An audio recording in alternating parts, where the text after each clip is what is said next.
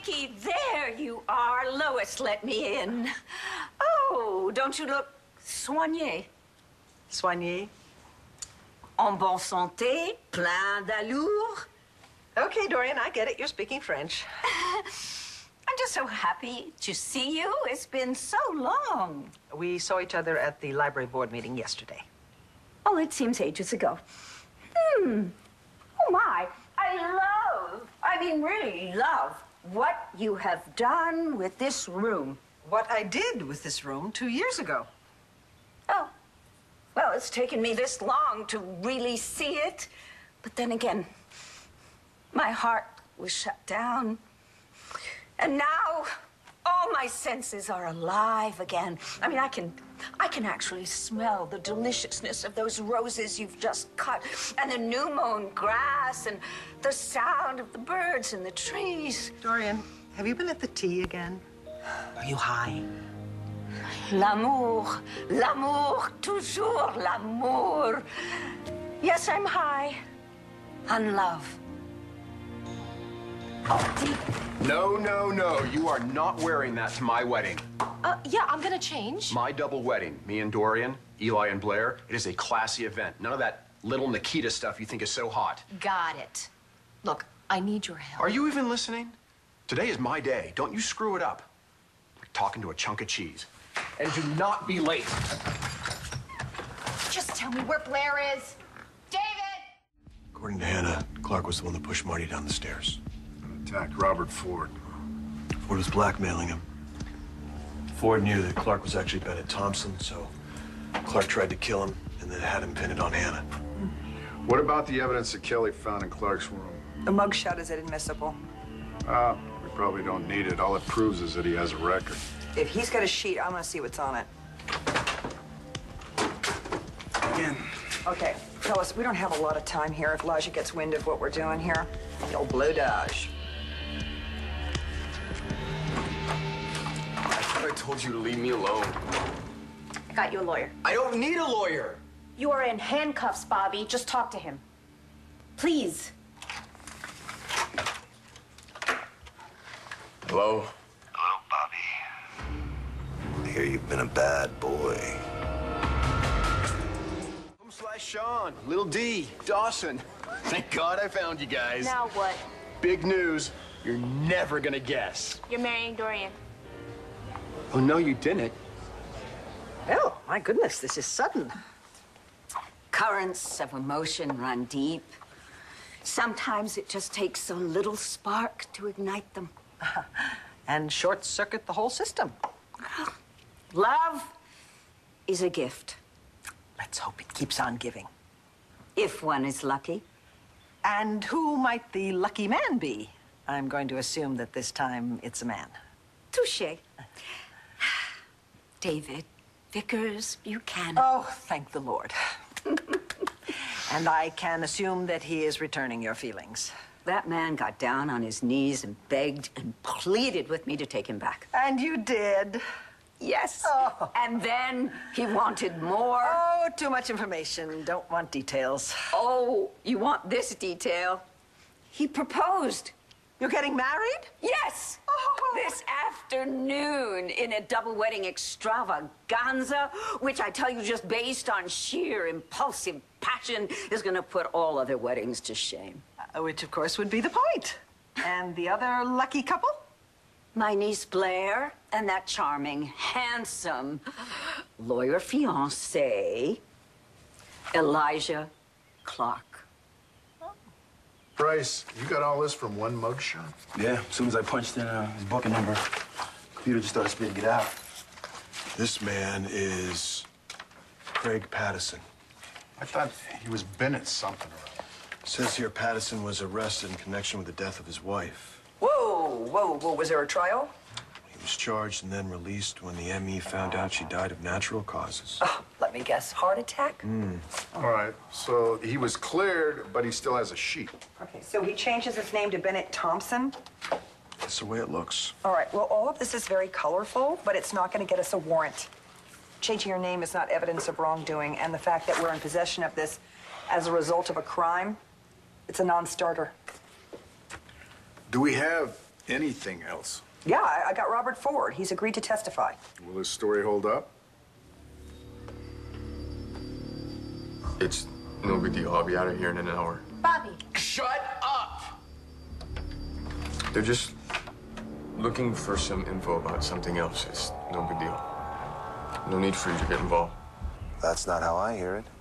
According to your mother, you've been singing your little heart out, Bobby. My mother. The woman you talk to has no idea what she's talking about. I haven't said anything. Well, I certainly hope not, Ford, because you and I have an agreement, and I am a man of my word. If you talk to the cops, your brother, your mother, even your little friend Langston, everybody you care about will die. And don't make the mistake, Ford, of thinking the police can protect you. Look at Hannah. Is that how you want to end up?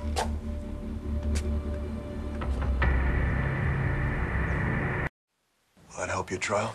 Well, I don't think it could hurt if we could follow it somewhere. It's tainted. We can find a way around it. You do, and I'll eat my hat. Red, you don't wear hats. Well, you know what? For John, I'll buy one. I hope you're hungry. Price, you're with me. Let's go. So we're on the same page? Yeah. Anything happens to anybody, I mail a certain letter. And I'm sure that'll be a great comfort to your mother. Is he coming? No. Don't you ever speak to him again, you understand me? And if you see him coming, you run the other way. I don't even know what he looks like. All the more reason for you to stay the hell out of my business. But you needed help. And you could have gotten me killed. What are you saying? Just get the hell out of here, okay? Bobby? Leave me alone!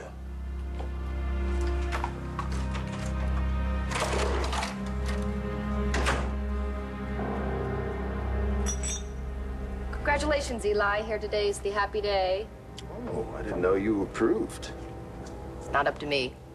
So then that little heart-to-heart you had with my fiancée? You know, the one where you told her you thought I was a murderer. That was just small talk then? I don't know what you're talking about. Blair and I have no secrets from each other, Kelly. She told me everything. That you think my name is Bennett Thompson and that somehow gave your mother a heart attack. And, oh, about the janitor in California and the file clerk in Boston.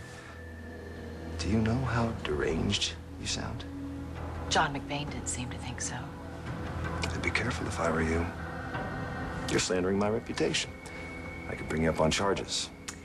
Or you could change your name and start over somewhere else. It wouldn't be the first time. Back off, Kelly. Or what? You'll give me a heart attack, too? Thanks for ruining my surprise, Destiny. I thought we were supposed to be BFFs. What surprise? You blabbed it all over my face. There's nothing private anymore. That's the point. You post stuff so everyone can see it. See, at first, I thought you'd been hacked, because last I heard, you and the mayor were at daggers drawn. Please, those two? That's their idea of foreplay. Be still, my heart. Somebody's been doing the summer reading. But soft. What light through yonder window breaks, it is the east. Destiny is my son. That's just funky. That's just Darren. And you love it. So, did you leap her garden wall, David, or did Anna come after you? Need you ask, Derwin? When it comes to me, Dorian always comes crawling back for a little bit more. You know, Dorian, I don't want to put a damper on things, but the last I heard you were seeing Clint, and David was seeing some sort of model. A swimsuit model. Oh. Who turns out to be a pro. Yes, that David hired to make me jealous. Imagine that.